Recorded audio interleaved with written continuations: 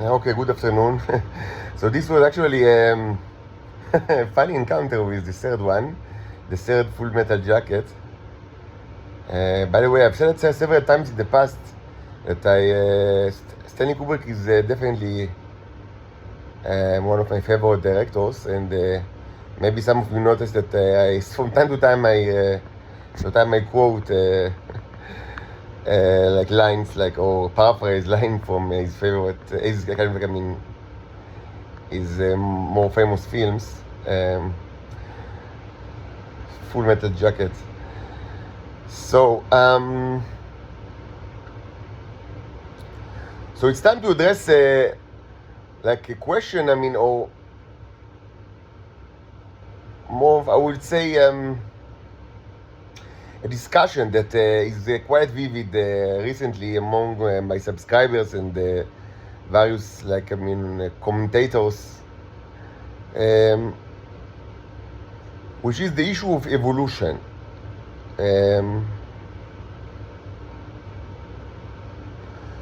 So I'll address the issue very shortly. What is my stand on the subject of evolution?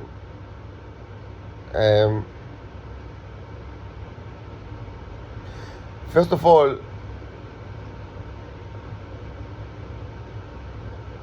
of course, I believe in intelligent designer. And the intelligent designer is God. For certain.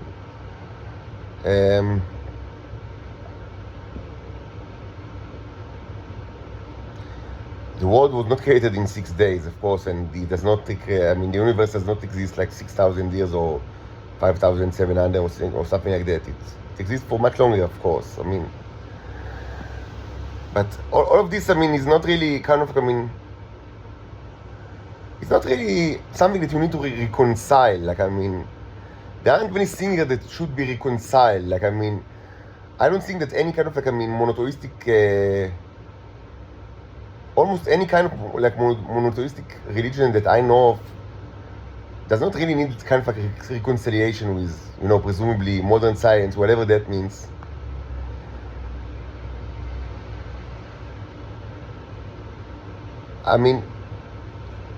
Of course, God created the world with rules, and if there were no rules, so it will be chaos, and people wouldn't be able to trust anything. To trust that the actions will have predictable, at least somehow predictable outcome, and this would be not only a horrible place to live, but also an immoral place to live, because if you want people to just have the option to, you gave creatures sentient creatures there. God gave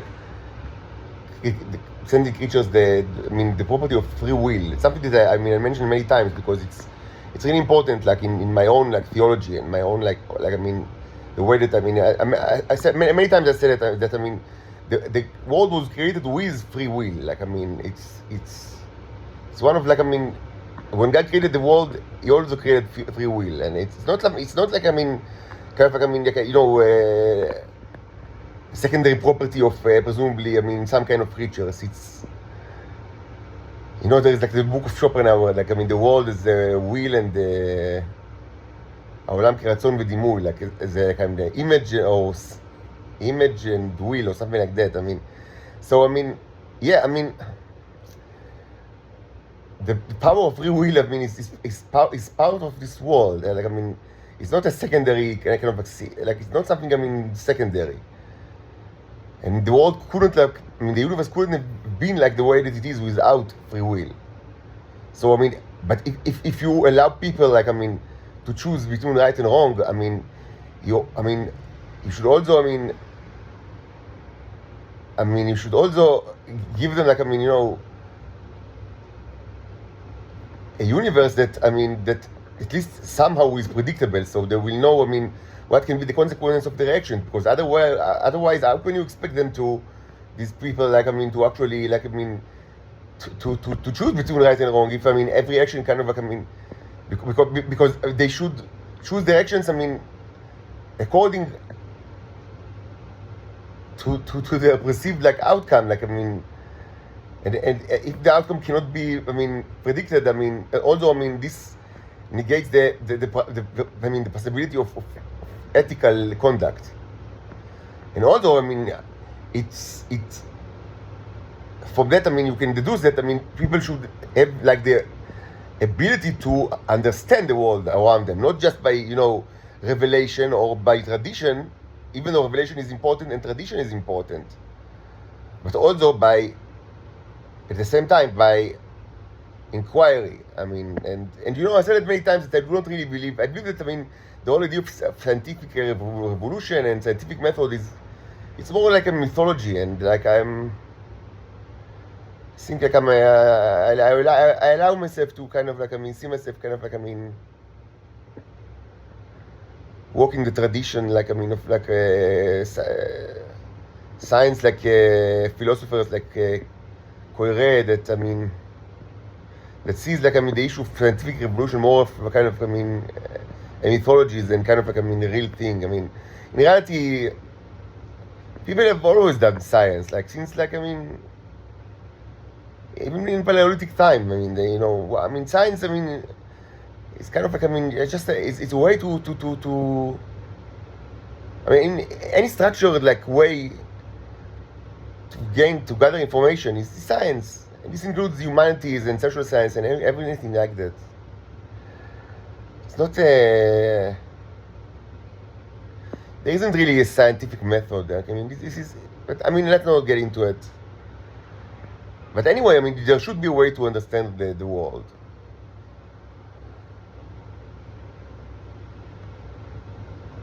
Now, specifically, so, why there should be like a need to reconciliate, presumably between like religion and like science. So why, and by the way, this is relatively a new idea that, that these are kind of like, opposing like, forces, like the force of science and the force of religion and tradition. It wasn't always like that, that they were considered like in such an opposition.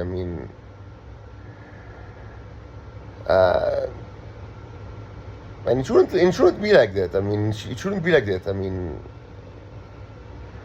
God is not like, like a demon, like, of the cart, like what's the English name? That Descartes, like, that, kind of like a demon that, is always like, wants you to fall into traps and kind of like, and like always like, create illusions. This is not God. This is, if anything, this is like the image. This is a description, one of many of Satan. But why should God be like that? Why should God want people like to fall into traps all the time? God wants people. God wants people to behave like in an ethical way. Of course, that's the main thing that God wants from you, like to choose like good and not bad. Like, of course. And why should God want you, like, to fall into all sorts of like traps? Like, and again, and I believe that, and of course, it's not new. It started like, some say with scholasticism, like maybe 1,000 years ago, but actually it's a much older tradition that, presumably can be, attributed to the Neoplatonist way of thought. But in any case, I believe, like, whoever like founded this kind of, like, way of thought that religion and monotheism, and especially, for certain Christianity, is not kind of like, does not like, stand like in contrast to philosophy, like, and then the sincere, wish to understand the world around you, which is also some kind of science. It's part of what I see as science. So having said that, there should not be a need to reconcile between like religion and scientific inquiry.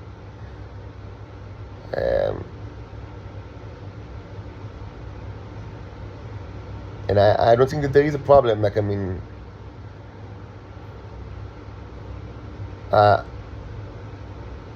I do think that, many times, it's manifestly true that, by inquiry into the nature of the world, people can easily see, the work of God, like, the work of an intelligent designer. And maybe I follow, like, Thomas Aquinas in this kind of, like, thought, that, that God is, like, is is revealed like to any person like by just looking at the world. Like you need to look like around you and then you see God. That's it. But I think that many times people like choose not to see it because of their ego, and it's that's the main problem of humans, like their ego. It was always like that, and it's always been like that, and it's still like that. And it's probably it's worse than ever, but it was always the problem of ego.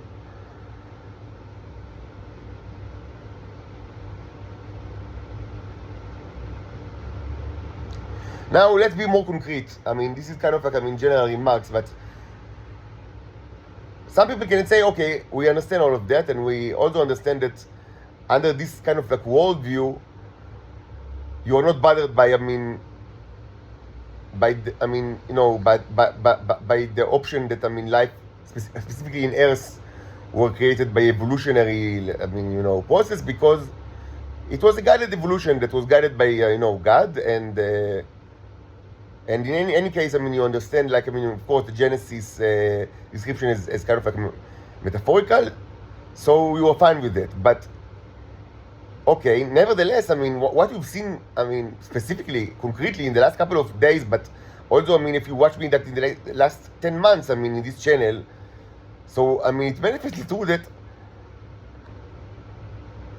very complicated life forms can be created ex nihilo, like, out of dead matter. And you need to really be like like a kind of like sophist, like a very like kind of like crude sophism is needed in order to not define what you've seen as life forms, like to say that these are robots or whatever. It's just it's stupidity. These are life forms, and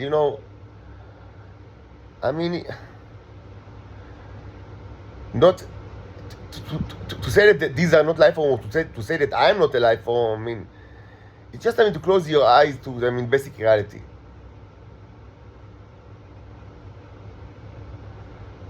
So giving it life forms and all sorts of life forms, even quite complicated and amazing, can be created ex nihilo, like from the dead matter, and can be created very quickly.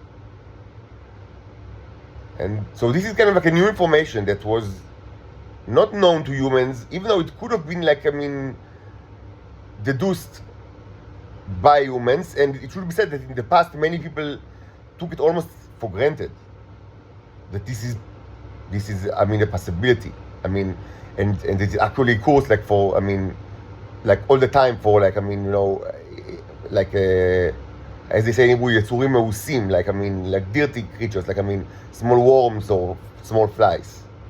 It presumably in Hebrew they say נוצרים מהייבוש, like that are created from the trash.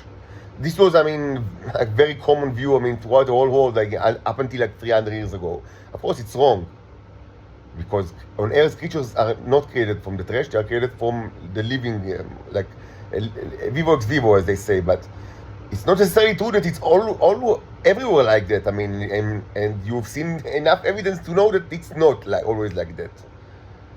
It's just not. Like, it's a fact, and you need to get to understand that what you consider as vivo ex vivo is just is untrue, and it was never accepted as a religion, like axiom. And also the opposite was not accepted.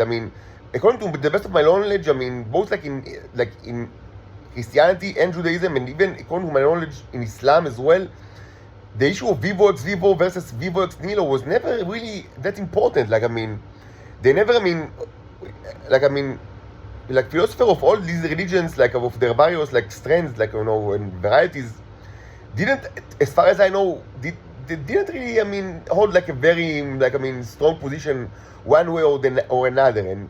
And like 300 years ago, when eventually it was established like that, yes, vivo ex vivo, which means that life is only created from the living, it was established to be, it was understood widely, like established like as truth because of experiment, not because of kind of like credo of kind of like any religion. Like just that by experiment, it was shown again and again that yes, life is created from life, and it's not created from dead matter. So that then I mean, so 300 years ago it was started like I mean to be like accepted as truth like all over the world, and also by religion like people. And by that time it wasn't even a big deal for almost anybody like from a religion point of view, except like Jews that I mean they also I mean Jews are kind of like I mean they have the halakha, which is incredibly like complicated, and I mean you know like I mean it's amazingly complicated and tiresome, and it was already like that in you know in the time of Jesus, like I mean 2,000 years ago, and I mean already the problem of kind of like I mean no, like I mean too much dealing with that instead of like thinking about God and about morality. I mean this is already getting found in Evangelion, so I mean nothing new to be said, but I mean it should be said that it's only got worse with time. I mean it's actually only got worse. So I mean so the halakha is so complicated, and so they have all sorts of I mean laws that I mean incredibly ridiculous. Like I mean are you allowed like to kill I mean you know like small flies in you know Saturday in Shabbos, like so it's kind of I mean, and also there are like other like I mean presumably very specific kosher laws, and like I mean very I know specific laws that I mean of Jewish halakha that yes they depend to some extent on the definition of life, and for them it was kind of like I mean of some importance, like the question of vivo ex vivo versus vivo ex nihilo. And it should be said that up to this day, I mean, this issue is sometimes referred to like in like Jewish law, like Orthodox halakha books that are published up to this day. But this is kind of like I mean, they are the only ones that I mean care about it. Like I mean, from a religious point of view, they are the only ones that cares about it today. And to the best of my knowledge, it was already I mean the situation 300 years ago when I mean the notion of vivo ex vivo became like the dominant point of view. So what I want to say is that it was never really that important, like from any religion or philosophical point of view. And when it was established not because of a philosophical change or religion change, just because of experiment. Like I mean, so experiment proved that vivo ex vivo. That's why people started to slowly reject the medieval and also ancient like idea of vivo ex nihilo as something that presumably occurs all the time in favor of vivo ex vivo is the only kind of like thing that you can see around you. But I mean the same, it's not a tautology and it's not credo, and I mean the same way that it was established by experiment, this can be rejected by experiment. So now you see other experiment that I mean the same way that you accepted it by experiment, now you should reject it. So no, it's not. I mean, at least the way that you define life. I mean, you can change your definition of life, and this is also something that yes, something that perhaps you should do. But according to your definition of life, in any definition of life that makes sense, because every person that is kind of like has any thought like in his mind would have to admit that to say that only carbon-based life forms are life forms, it's ridiculous. Like what's special about carbon? Like the number of protons? Like who cares? Like that's how you define life, by the number of protons. Like and it's the number of protons, not even in the element that is most common in these life forms, because you know that the body of humans and also many other elements contains more water, which is H2O, than like carbon. So specifically carbon, it's so specific and mundane, and so it's not, the issue is not like whether it's carbon based or not. And again, even carbon based life forms are not carbon. It's not that they're made mostly of carbon. So it's also specific to what you see in Earth. But why should you limit yourself just to the Terran, like to Earth's point of view? Why? There are other planets. You already know that very well. So, and you already know that there are other planets with life, with complicated life, like the one that actually is the closest to you, but also many other ones. Like the demons that you see in this channel, what I call the demonic creatures, the creatures that are have that heat resistance. I found it very hard to believe that they are Venusians. I don't know if I said it, but I consider it like almost like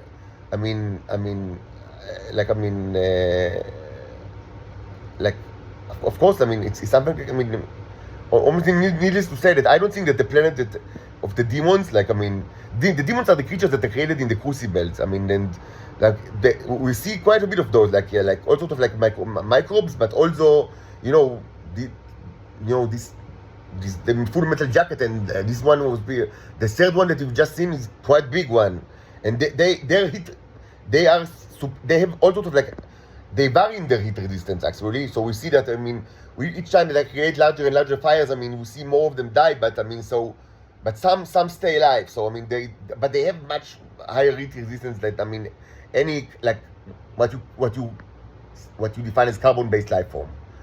So, and I don't think that.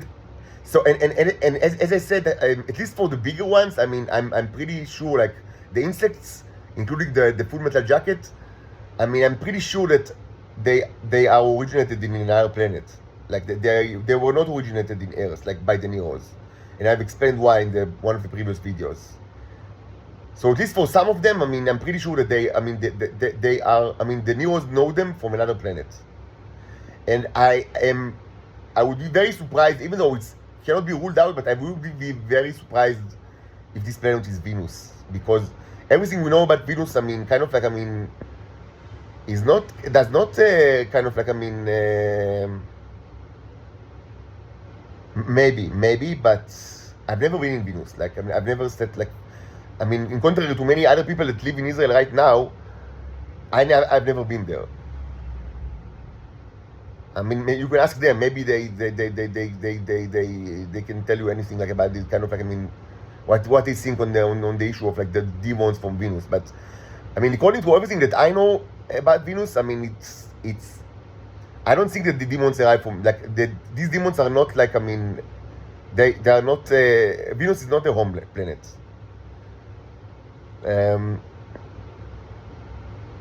I would assume that in Venus, I mean, like kind of like, I mean, the dominant life forms would be, first of all, aquatic, because I mean, a lot of water, and I mean, let's not get into it right now, but I nothing I know about it, like, I mean, support the fact that, I mean, I mean, like of creatures that are, I mean, that are manifestly, I mean, either evolved or engineered. Doesn't really matter for I mean, for a planet that is somewhat, I mean, that is somewhat, I mean, probably, I mean, similar to Venus, but not the real Venus, but the Venus that, I mean, the image of Venus that, I mean, that was proliferated by the conspiracy, you know, like, I mean, you know, like not real Venus, but I mean, fake Venus that, I mean, most of the people in this Earth think that is the true Venus. Like, I mean, a planet with very high temperature and very high, I mean, pressure, and so, I mean, probably the planet of the demons, like, I mean, is something like that. I mean, not that extreme. I mean, this is not like 90 atmospheres and 500 Celsius. This is extreme, but yes, I mean, probably high pressure and high temperature. And also, I mean, of course, like, I mean, predators that are, like, I mean, from hell, like, I mean, because, I mean, if these insects are, I mean, that they have this kind of armor, I mean, you can also, like, I mean, imagine what kind of, like, I mean, teeth, I mean, the predators, like, have, and what kind of teeth their predators of their predators, like, have, and, you know, so probably, I mean, you would expect, like, I mean, some sort of, like, a giant lizards, like, I mean, metal lizard, like Maxilla, something like that, like, to dominate this planet. So anyway, I mean, yes, there are many planets, I mean, so why should you, I mean, why should you just, I mean, take for granted that life, I mean, should be, I mean, configured, I mean, according to the specific conditions of Earth? It's so narrow-minded and just, I mean, manifestly untrue. So now, okay, so we can say, okay, but still, I mean, the fact that we've seen that life can be created very quickly and in such a complicated way, I mean, doesn't it a little bit, I mean, kind of like, I mean, direct us to think again about, like, the whole concept of evolution in Earth? Because I mean, presumably, life in Earth could have been created, like, I mean, very quickly by kind of, like, I mean, by external forces that, I mean, that could have, like, terraformed Earth, maybe not in 6 days, but much quicker than, I mean, anything that, I mean, people ever imagined, like, I mean, in the science community. And this includes not only, I mean, the world, like terraforming the world, but also creation of life forms. So maybe we need, like, to think about that and instead of evolution. So I would say that, I mean, I do not, I would say, so the following, this would be my answer. I don't believe that God is like a demon, like, you know, like, I mean, again, like the demon of Descartes, like Descartes. Like God doesn't, like, I mean, you know, put like bones of dinosaurs or fossils in the ground for you to, like, I mean, to fall into the trap of kind of, like, I mean, creating like whole sciences that relies on the inquiry of these bones. Like it doesn't make sense. Like, I mean, it's completely against, like, I mean, the idea of God, like, as a benevolent, like, entity. Because God is benevolent, God is good, like as Thomas Aquinas said. I mean, so not only Thomas Aquinas, but Thomas Aquinas, like, builds like a whole kind of, like, I mean, system around it. Like, I mean, that you need to start, like, with the idea that God is good and to build on that, like, more and more, like, I mean, you know, whole kind of, like, I mean, scholastic view of reality, that because God is good, why should he, like, he acts like the kind of like a demon that always wants you to fall into traps? Why? It doesn't make sense. It's this kind of, God is not a demon, he's good. So why should, like, I mean, why should he create such a world that, I mean, is full of, like, I mean, of traps and of kind of, like, I mean, of faults, like, I mean, like artifacts that, I mean, yes, I mean, it's not that always scientists are not always correct. Of course, I mean, science, I mean, is built on, like, a gradual accumulation of knowledge, and but to say that, I mean, all like the geological sciences and Earth, like, you know, life sciences in Earth and paleontology and that all of it, I mean, is based on kind of, like, I mean, on a demon that, I mean, placed like false evidence on the ground this contradicts, like, I mean, the benevolence, like, I mean, image of God that I mean, that I think any monotheist person should accept, like, as for granted. And the conclusion from this argument is that no, I mean, life on Earth, according to everything that you know, and according to, I mean, to systematic inquiry that is supported by the life sciences and paleontology and the geological sciences and, you know, the earth sciences, was indeed evolved. It was indeed created in a process that, I mean, took, of course, I mean, a lot of time, many years. And it was not created, I mean, very quickly, even though, yes, it could have been created very quickly. And maybe in other planets or other moons, it was actually created very quickly, like by a process of, like, a very quick terraforming, which it's not only that I think it's possible, but I'm certain it's possible to do it using the neurons, like the yellow neurons, the robots that are in my body. I'm certain that they can be used to terraform planets, and that they already have been used to terraform planets. Again, not in 6 days. Maybe, I don't know. I mean, when I say that terraforming, I mean, even if it takes place, like, I mean, like throughout like 1,000 years or 10,000 years, it's still considered terraforming, like, because it's still, I mean, an engineering, like, project that is happening, like, in a much quicker way than, like undirected or like, I mean, without, like, intelligent design, like, I mean, just, I mean, you know, following the forces of nature, like, I mean, of the creation of stars and planets and moons. So even if it's like 10,000 years, it's still terraforming. It's still, like, I mean, you know, engineering project. And I'm certain that it actually happened, but not on Earth, but in other places. That yes, these creatures, like, they terraformed, like, planets and moons, and they created, like, so they completely changed the conditions on these moons and planets, and also they created ecosystem, and this includes like a diverse like variety of life forms. Not in 6 days, but quickly. And I don't know if quickly means 1,000 years or 2,000 years, but not like throughout like billions of years, the way that it happened on Earth. So you might ask, I mean, so this is confusing. You could say, I mean, but so we don't understand. So is it that way or the other? So the answer is that, I mean, why should it be like only like one way? Like, I mean, why do you assume that, I mean, that there is only one like way, like how, like, I mean, life forms and by extension civilizations and cultures could be created in this universe? I mean, and there's kind of like a metaphor that, I mean, maybe you've noticed, I've never like explicitly mentioned it as metaphor, but maybe it's time to do it. But since, like, I mean, at least April, there's kind of like a real cool metaphor in this channel that I always say that, I mean, that there are two pathways to create very big neurons, like very big robots, and to multiply them. And it's also true for the life form, for the life form that, I mean, they create and mutate. And that is like, one way is the ecosystem way, which is like in what I call the aquariums or the containers.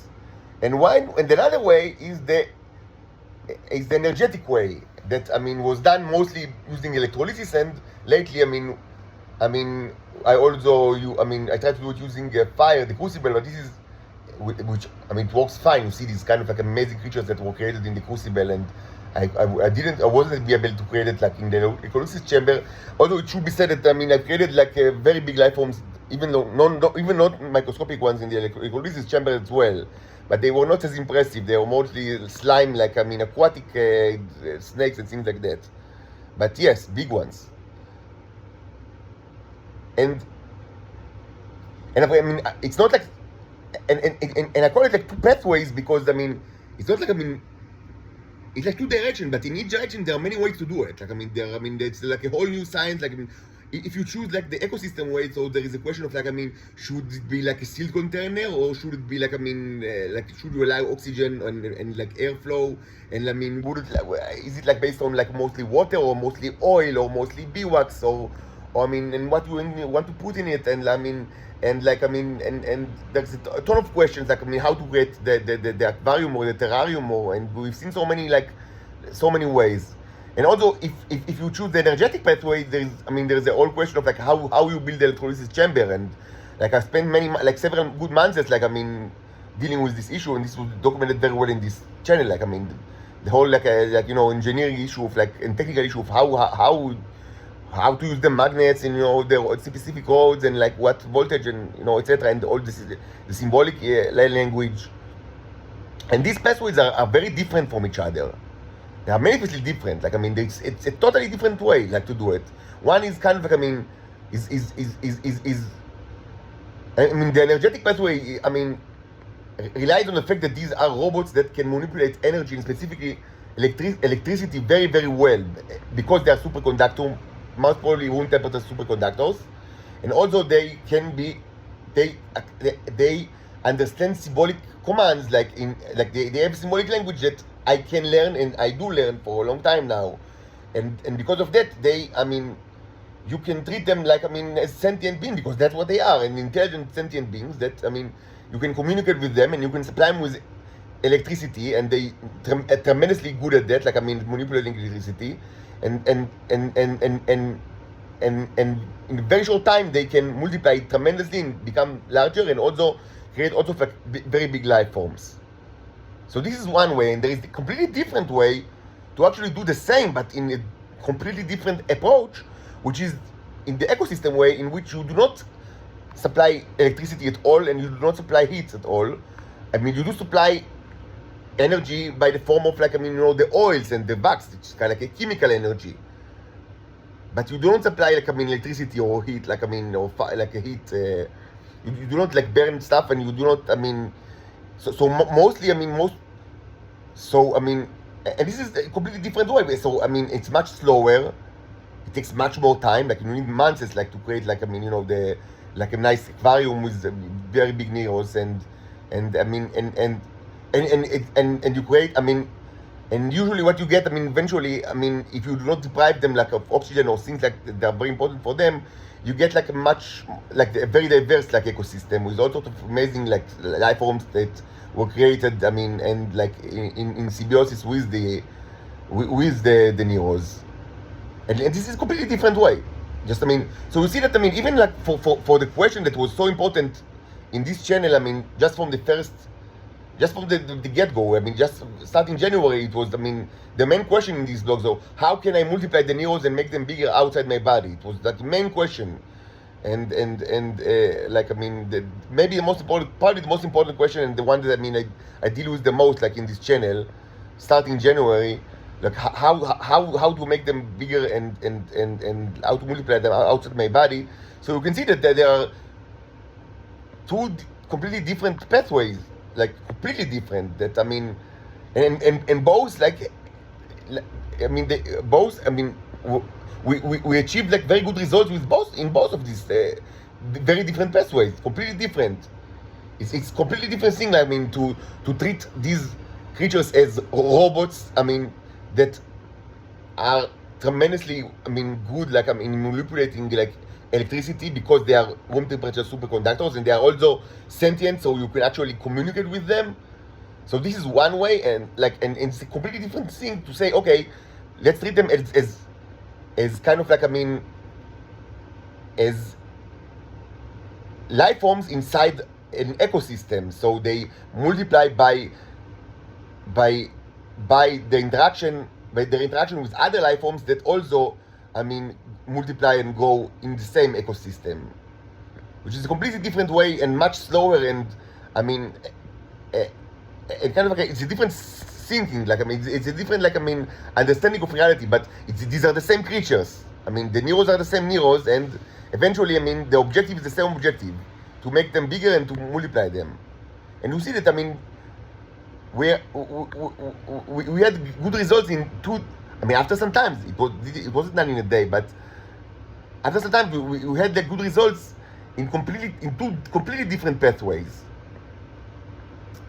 So why not understand it like kind of as a metaphor of of how life in general can be generated in this universe. It's not mutually exclusive. These are not mutually exclusive. Answers. They can both like be evolved like in a slow process. Like in Earth, that that part of it is of course competition, and then and symbiosis, and all the various ways that different life forms are they coexist, or they sometimes they kill. The extinctions happen, and all the things that that happens in in ecosystems. So an ecosystem can be a container, but it also can be a planet, of course. Yes, and it happens slowly, and it's happens gradually, and so they become bigger and more complicated, or sometimes they evolve because of, like lack of oxygen. So you see less diversity and smaller life forms. And of course, so there is the issue of all sorts of changing conditions, and all the parameters that are known from the study of evolution and the study of life sciences.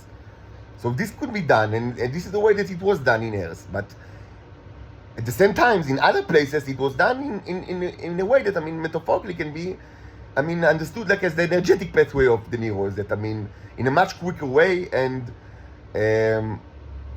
in a much more explicit intervention of intelligent designer, and with, of course, tremendously more energy that was required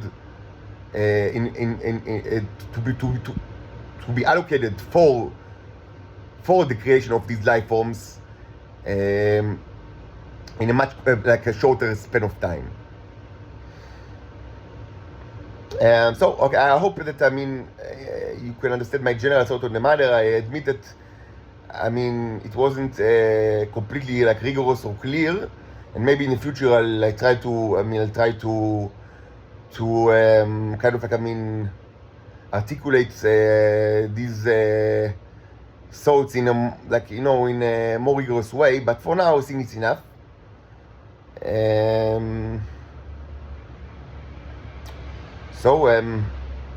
Hopefully we'll see more of the Full Metal Jacket. This one was very impressive. The third one, it was very large, and hopefully we'll see more of it very, very soon. Maybe even larger than that. I don't know how large it can get. We know that, so I've just seen a video about dragonflies. Actually, I don't think it resembles dragonfly. It resembles wasp or hornet, but maybe you disagree. It's dragonfly because it's a dragon, because it's it's a demonic creature that it resists heat, and it's made of metal, and it flies, but it's got only 2 wings, not 4 wings like dragonflies. But anyway, dragonflies can reach, at least in the past, not today, but in the past, the wingspan was up to 80 centimeters. So why shouldn't this Full Metal Jacket reach 80 centimeters?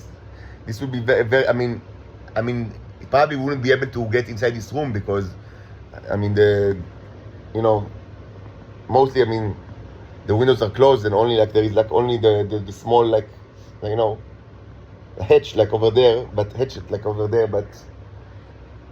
80 centimeters, it will be very nice to see the Full Metal Jacket with 80 centimeter wingspan, maybe should be maybe, and made of metal.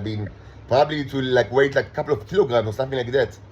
Should be very amazing to see, to actually watch it.